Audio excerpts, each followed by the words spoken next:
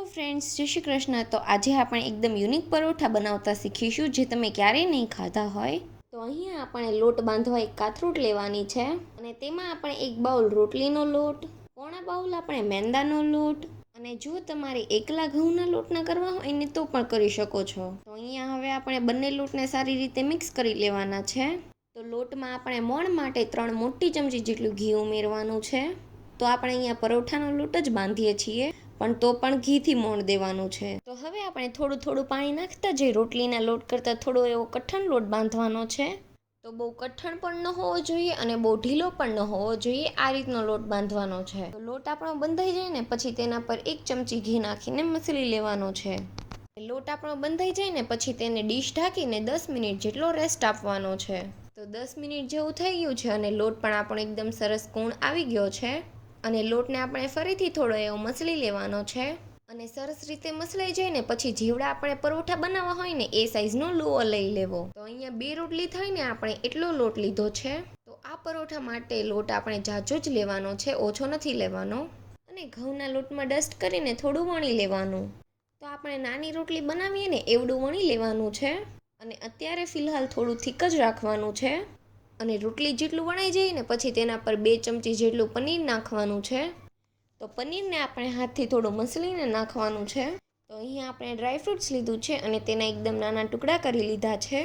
તો અહીંયા આપણે ડ્રાયફ્રૂટ્સમાં કાજુ બદામ પિસ્તા લીધા છે. તેને આપણે એક મુઠ્ઠી ભરીને પનીર ઉપર ઉમેરવાના છે અને હવે તેના પર આપણે 1.5 ચમચી જેટલી ખાંડ ઉમેરવાની છે. તો પનીર અને ડ્રાયફ્રૂટ્સ બંને મોળા હોય એટલે આપણે થોડી શુગર એડ કરીને તેને થોડી સ્વીટનેસ આપીશું. અને જો તમારે એટલી બધી શુગર યા કેલરીઝ ઇન્હેલ ન કરવી હોય તો તમે શુગર ફ્રી પણ યુઝ કરી શકો છો. તો આ રીતે આપણે ફરતી કિનારીએથી પકડીને આ રીતનો લુઓ બનાવી લેવાનો છે. તો જે રીતે આપણે મોમોઝ વાળતા હોય ને એ રીતે. તો અહીંયા આપણે એક મોટું મોમોઝ રેડી કરી લેવાનું છે અને લુઆ ઉપર જે એક્સ્ટ્રા લોટ છે ને તેને આ રીતે કાઢી લેવો અને પછી તેને હાથથી દબાવીને પેક કરી લેવું. તો લુઆને આપણે ઘઉંના લોટમાં ડસ્ટ કરી અને પછી વણી લેવાનું છે. તો આપણે બીજા પરોઠા બનાવતા હોય ને એ રીતના જ વણી લેવાનું છે.